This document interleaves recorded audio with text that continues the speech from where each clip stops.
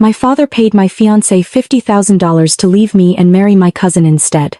When I found the email proving it, my entire world shattered in the span of 3 seconds. I'd been working late at my apartment, finishing up a quarterly report for the accounting firm where I worked. James, my fiancé of 4 years, had texted saying he was staying over at his place that night because of an early morning meeting. We were supposed to get married in 6 months. The invitations were already ordered. My dress was hanging in my closet, wrapped in protective plastic. I was exhausted, my eyes burning from staring at spreadsheets for 12 hours straight. I reached for my phone to set an alarm and saw James's laptop sitting on the coffee table. He'd left it here yesterday. The screen was still on, just dimmed. I wasn't snooping. I wasn't the kind of person who went through their partner's things. But the email notification at the top of his screen caught my eye because the sender's name was my father's. My hand moved before my brain could stop it. Subject line. Our arrangement. I clicked it open.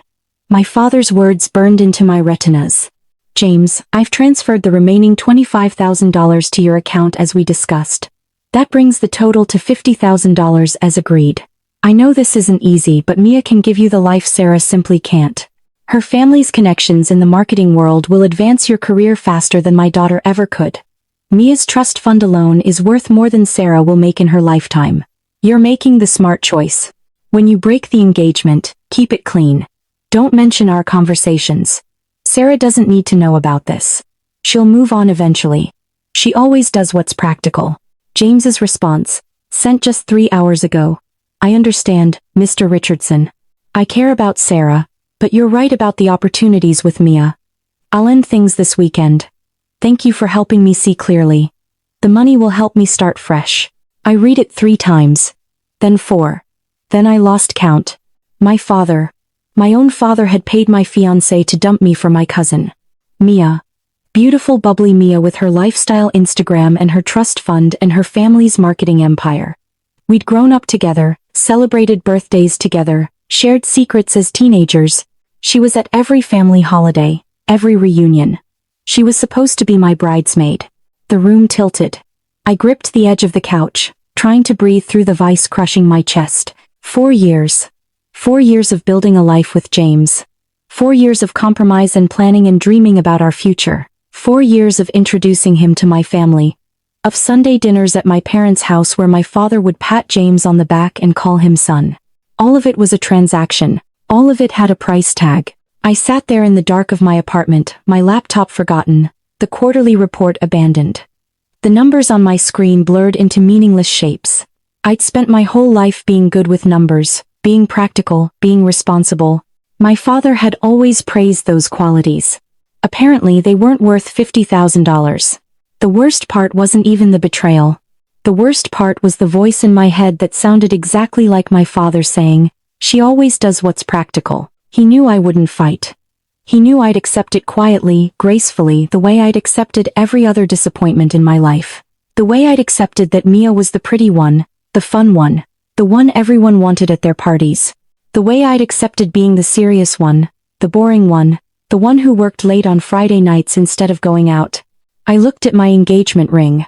James had proposed on a beach in Santa Monica at sunset.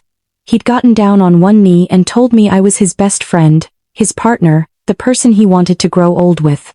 I'd cried happy tears. My mother had cried when I called her. My father had shaken James's hand and welcomed him to the family. All of it was a lie. Or maybe it wasn't a lie at the beginning, but my father had made it one. I could confront them. I could screenshot this email and send it to everyone. I could show up at Sunday dinner and throw it in my father's face. I could call Mia and ask her if she knew, if she was part of this. But I didn't do any of that. Instead, I sat there until the sun came up, and I made a different choice.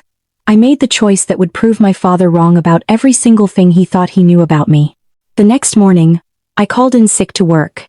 Then I called my landlord and asked about breaking my lease early. Then I called a lawyer. By the time James texted me asking if I wanted to grab dinner that weekend, I already had a plan. I met him at our usual spot, a quiet Italian restaurant where we'd celebrated anniversaries. He was fidgeting with his napkin, clearly nervous. He'd probably been rehearsing his breakup speech all day. "Sarah," he started, his voice gentle in that condescending way that made my skin crawl now. I've been thinking a lot about us lately. And It's okay, I interrupted, my voice perfectly calm. I know.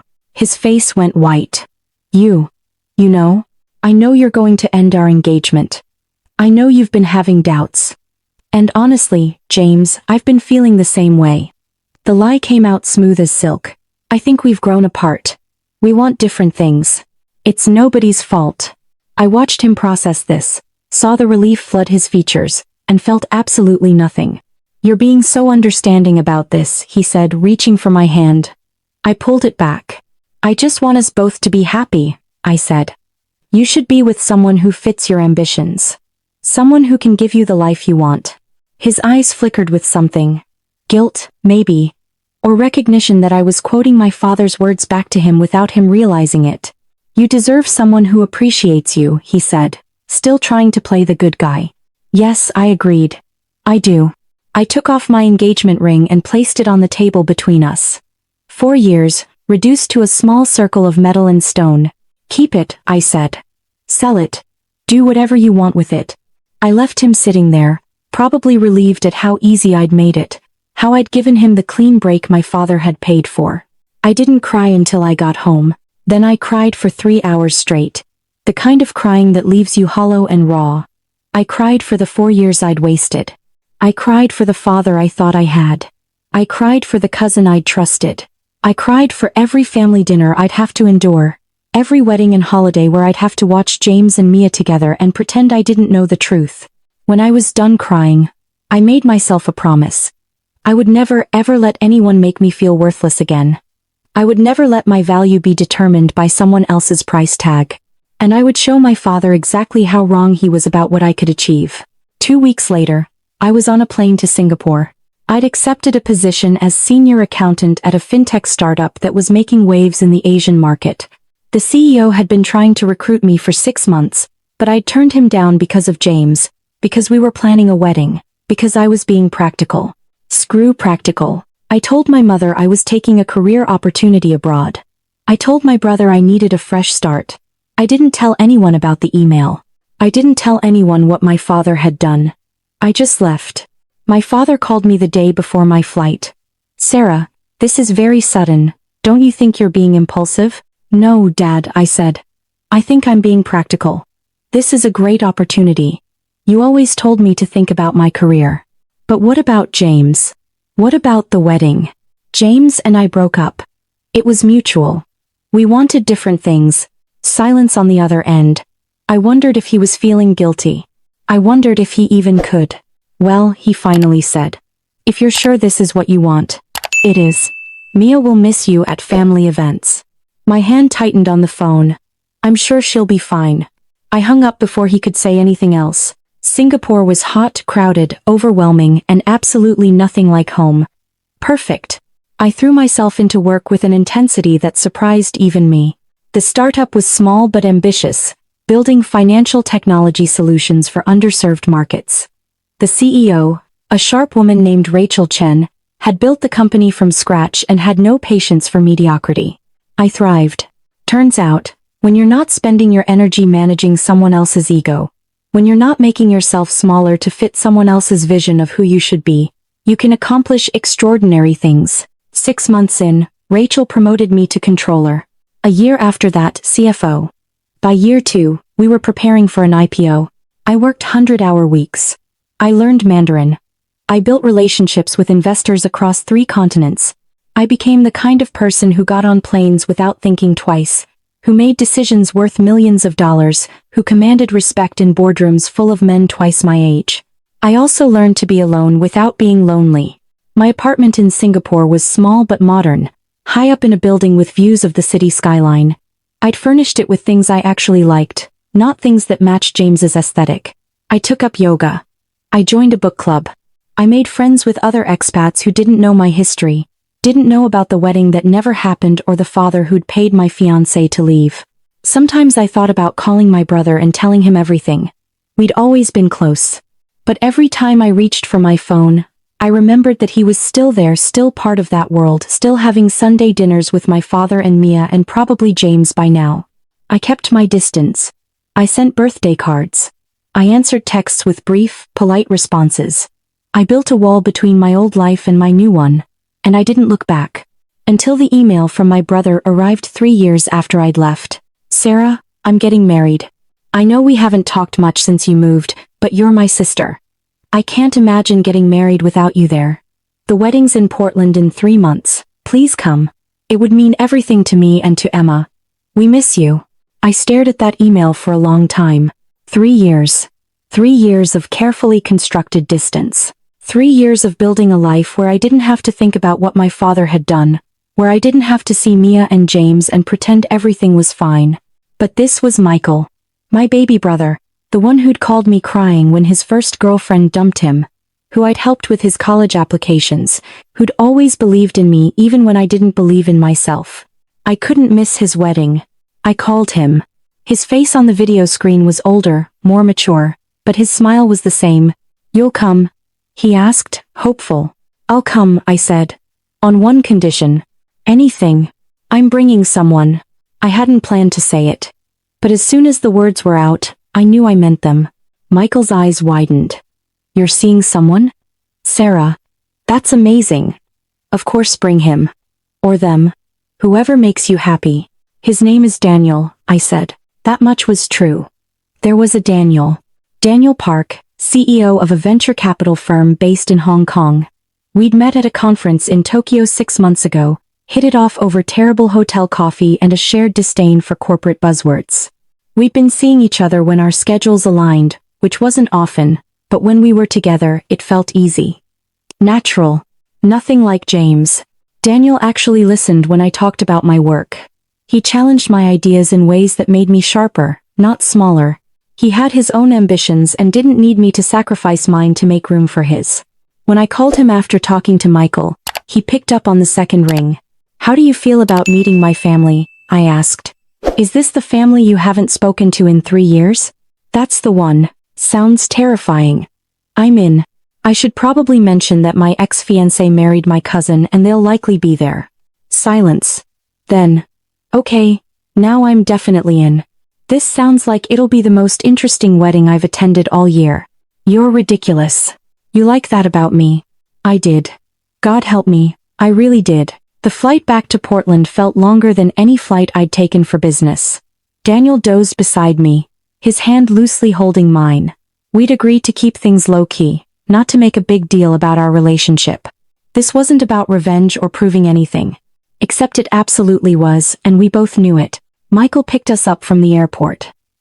He hugged me so hard I couldn't breathe, then shook Daniel's hand with the kind of enthusiastic energy that made me remember why I'd missed him. I'm so glad you're here, he kept saying. Emma can't wait to meet you. Mom's been cooking for 2 days straight. Dad's pretending he's not emotional, but he absolutely is. My stomach tightened at the mention of my father. Mia and James will be there too, Michael added, glancing at me carefully. I invited them before I knew. I mean, I didn't know if it would be weird for you. It's your wedding, I said. Everyone who matters to you should be there. The rehearsal dinner was at a nice restaurant downtown. I'd chosen my outfit carefully. A navy dress that was professional but not uptight, elegant but not trying too hard. Daniel wore a suit that probably cost more than my first car but looked effortless on him. We walked in together, and I watched the room notice us. My mother saw me first. She gasped, dropped her wine glass on the table, and ran over to hug me. Sarah. Oh, sweetheart, you look wonderful. And you must be Daniel. Michael told us about you. My father stood more slowly. He looked older, grayer. He shook Daniel's hand, sized him up the way fathers do, and said, It's good to see you, Sarah. You too, Dad. Mia was there with James. She'd cut her hair short and gained some weight. She still looked beautiful, but there was something tight around her eyes, something strained. James had lost hair and gained muscle, the kind that comes from spending too much time at the gym avoiding home. They both stared when they saw me. Sarah, Mia said, her voice too bright. Oh my God, it's been forever. Look at you. Hi, Mia. James.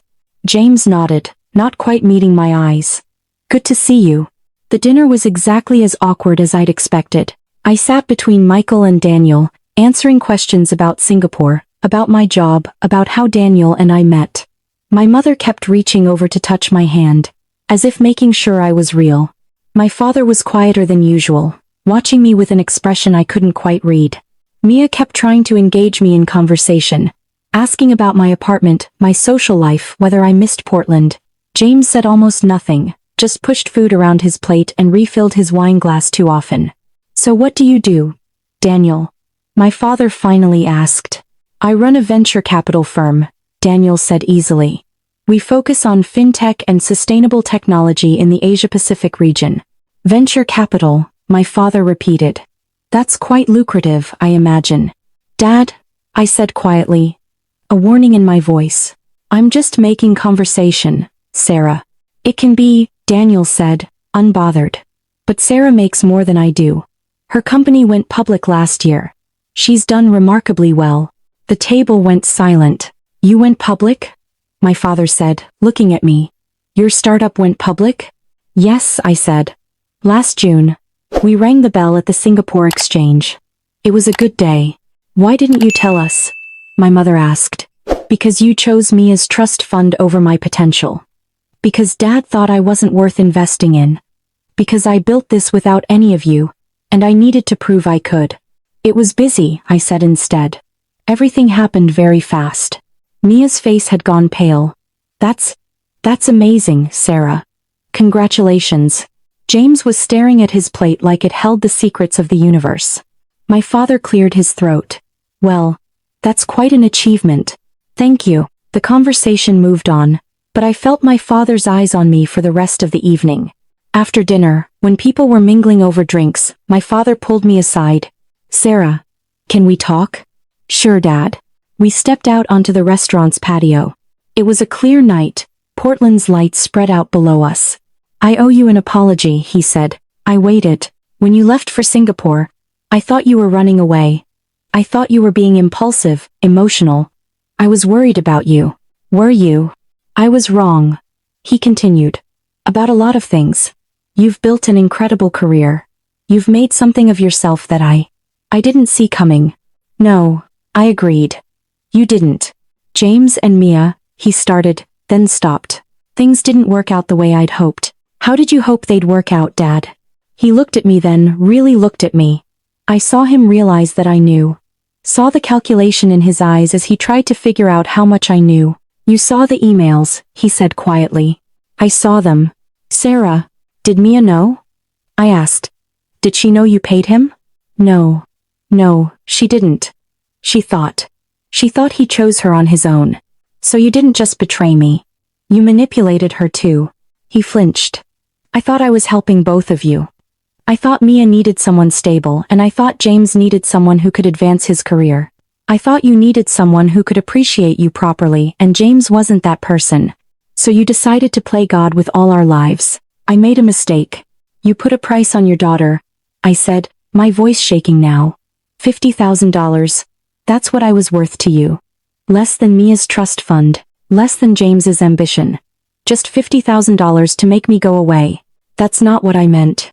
Do you know what the worst part is? I interrupted. You were right. James wasn't worth my time. Mia's trust fund is impressive. Your investment in him probably would have paid off if he'd actually married her for the right reasons. You made all the right calculations. Then why are you angry? Because I'm your daughter. The words exploded out of me. I'm your daughter, and you should have invested in me. You should have believed in me. You should have told James that I was the catch, not Mia. You should have threatened him if he even thought about leaving me. But instead, you paid him to go. You taught me that even my own father doesn't think I'm worth fighting for. He looked stricken. Old. Tired. I'm sorry, he said. Sarah, I'm so sorry. I know you are, I said. But here's the thing, Dad. I learned my worth without you. I built my success without your investment. I found someone who chooses me every single day without needing 50,000 reasons to do it. So your apology, while I'm sure it's sincere, doesn't actually change anything. Can you forgive me? I thought about it, really thought about it. I don't know, I said honestly. Maybe someday. But right now, I'm here for Michael. Not for you. Not for Mia. Not for James. I'm here because my brother is getting married and I love him. Don't mistake my presence for forgiveness. I walked back inside before he could respond. Daniel was waiting for me near the bar. He didn't ask what my father and I had talked about. He just handed me a glass of wine and said, "You okay?" "Yeah," I said. "I really am." The wedding itself was beautiful. Michael and Emma looked so happy, so utterly in love that I found myself genuinely joyful for the first time in days. This was what love should look like. This was what choosing each other should feel like. At the reception, I watched Mia and James from across the room. They sat at their table barely speaking to each other. Mia checked her phone every few minutes. James drank steadily through the evening. When the DJ played a slow song, they didn't dance. I learned later, from my mother who'd always loved to gossip, that their marriage was hanging by a thread. James had cheated 6 months ago. Mia had found out but stayed because her Instagram brand was built around their perfect couple image. James stayed because he'd left his job to manage Mia's influencer career. And he had nowhere else to go. My father's $50,000 investment had bought them both a cage. When the DJ called for the bouquet toss, Emma looked right at me and grinned. I shook my head, but she was insistent. A group of women gathered on the dance floor, including Mia, who joined with a forced smile. Emma turned around, counted to 3, and threw the bouquet directly at me. I caught it on instinct. The room erupted in cheers. Daniel was laughing. Michael was giving me a thumbs up. My mother was crying, happy tears. Mia was staring at me with an expression I couldn't quite read. Sadness, maybe. Or regret. Or just exhaustion from pretending everything was fine. I felt, surprisingly, nothing but pity for her. "Guess that means you're next," someone called out. Daniel came over, took my hand, and pulled me onto the dance floor. "What do you say?" he asked, his voice low. "Want to make an honest man out of me? Are you seriously asking me to marry you at my brother's wedding?" "God, no. That would be tacky. I'm asking if you'd be okay with me asking you next month in Bali. I've already got the ring." I stared at him. "You have a ring. I've had it for 2 months. I was waiting for the right moment. But seeing you catch that bouquet, seeing you stand here after everything you've been through, looking absolutely unbothered by all these people who hurt you. I don't want to wait anymore." That's the least romantic proposal preview I've ever heard. The actual proposal will be better. I've been working on it. "You're ridiculous. You keep saying that. You keep proving it. Is that a yes?" I looked around the room. At my brother dancing with his new wife. At my mother chatting with Emma's parents. At my father watching me from across the room with something that might have been pride or might have been regret. At Mia and James at their table. 2 people trapped in a life built on lies and money and all the wrong reasons. I thought about the last 3 years. About the late nights and early mornings. About learning to value myself. About building something real. "Yes," I said to Daniel. "It's a yes." We danced while my family watched. When the song ended, my father appeared beside us. "May I?" he asked, gesturing to me. I looked at Daniel, who squeezed my hand and stepped back. My father and I danced in awkward silence for a moment before he spoke. "I know you said you're here for Michael," he said. "But I hope you know how proud I am of you. What you've accomplished." "Don't," I said quietly. "Please don't try to take credit for my success. You didn't invest in me. You didn't believe in me. I did this in spite of you, not because of you." "I know. Do you? Because you spent my entire life telling me to be practical, to be sensible, to not reach too high. And the second I started actually achieving something extraordinary, you decided I wasn't good enough and paid someone to leave me. You taught me that I had to leave everything I knew to prove my worth. And you did," he said. "You proved it. I shouldn't have had to." The song ended. I stepped back. "I need to go," I said. "Daniel and I have an early flight tomorrow. Will you come back?" he asked. "For holidays? For visits?" "For Michael," I said. "When he needs me, I'll be here." "But Dad, you and we're not going to have Sunday dinners anymore. We're not going to be the family we were. You broke that, and I'm not interested in pretending it's fixed just because you're sorry." "What about Mia? What about her? She's your cousin.